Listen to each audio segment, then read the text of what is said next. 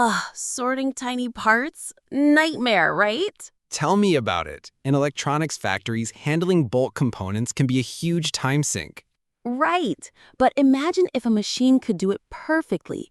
Say hello to the reciprocating belt feeder. This isn't your grandpa's bull feeder. Our reciprocating belt feeder is dramatically smaller, up to 39 times more compact than traditional bull feeders. Talk about saving factory space. Super small, but super versatile. It handles all sorts of bulk components like connectors, buzzers, and even square capacitors. It replaces tedious manual work with precise automation.